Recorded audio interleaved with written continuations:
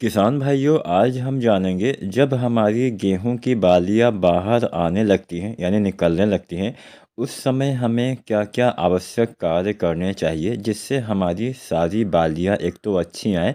दूसरा, जितनी भी बालियां निकले वो स्वस्थ निकले, जिससे हमारे जितने भी बाद में दाने आए, दाने मोटे आए, दाने का वजन अच्छा आए, दाने का चमक अच्छा आए, जिससे हमें बढ़िया और ज़्यादा पैदावार देखने को मिल सके। तो कुछ देखभाल, कुछ सावधानियाँ, कुछ खादों का इस्तेमाल आज हम यही आपको बताएंगे। तो पूरा वीडियो के साथ साथियों देखिएगा। अगर आपकी बालियाँ अभी नहीं निकली हैं तो भी आपके लिए वीडियो उतना ही खास होने वाली है जितना कि बालियाँ निकल रही होती हैं उन किसान साथियों के लिए वीडियो खास होने वाली है। तो अगर बालियाँ निकली हो या ना निकली हो, आज की ये पूरी वीडियो देखते हैं तो आपको सही और सटीक जानकारी मिल पाएगी। चलिए ज़्यादा समय नहीं लेते हैं, वीडियो स्टार्ट करते हैं। अब सबसे पहले हम बात उन किसान साथियों की ही करते हैं जिनकी अभी बालियाँ नहीं निकली हैं। हमारे इलाके में भी ऐसे बहुत सारे, या फिर हम बोल के चले कि लगभग 80% किसान साथी ऐसे होंगे जिनकी बालियाँ अभी नहीं निकली हैं, गबोट अवस्था चल रही है।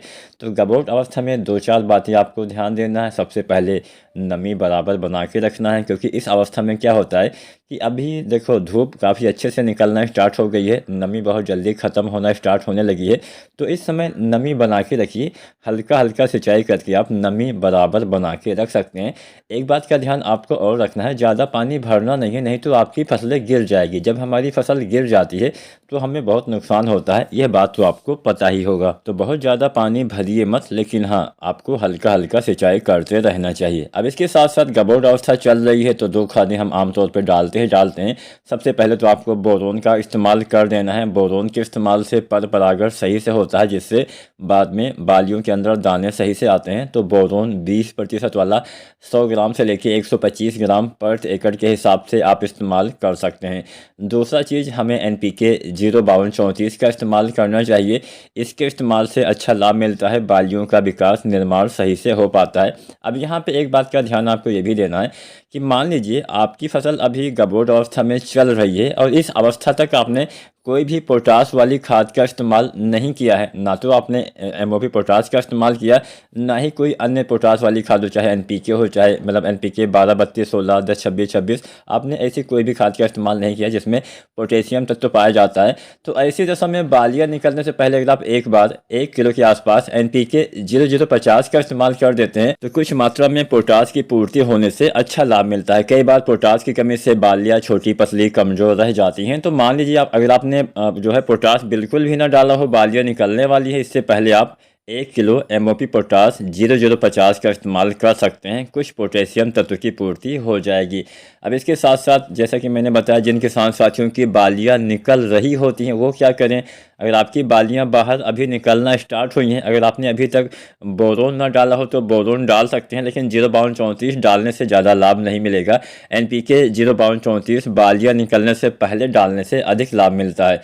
तो यहाँ पे आप चाहें तो अगर आपने अभी तक पोटास ना डाला हो तो आप 0050 का इस्तेमाल भी कर सकते हैं, इससे फ़ायदा मिल जाएगा। वैसे इसका इस्तेमाल अगर आपने पोटास बुआई के समय डाला हुआ है तो ऐसी दशा में जब आपकी बालियाँ बाहर निकल आए दाना भरते समय NPK 0050 का इस्तेमाल किया जाता है, जिससे सभी दाने का भराव अच्छे से हो सके। अब दो तरह के NPK आते हैं, एक आता है 13045 जिसमें 13% नाइट्रोजन पाया जाता है।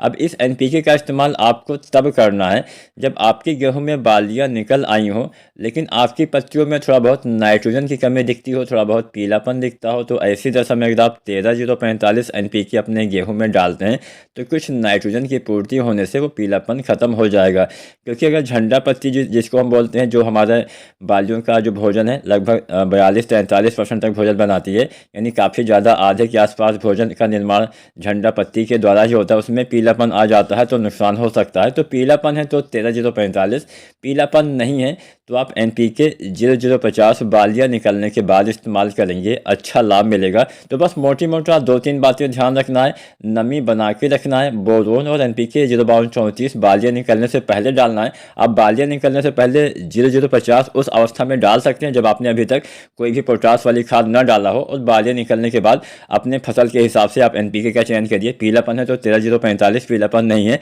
तो 0050 का इस्तेमाल करिए।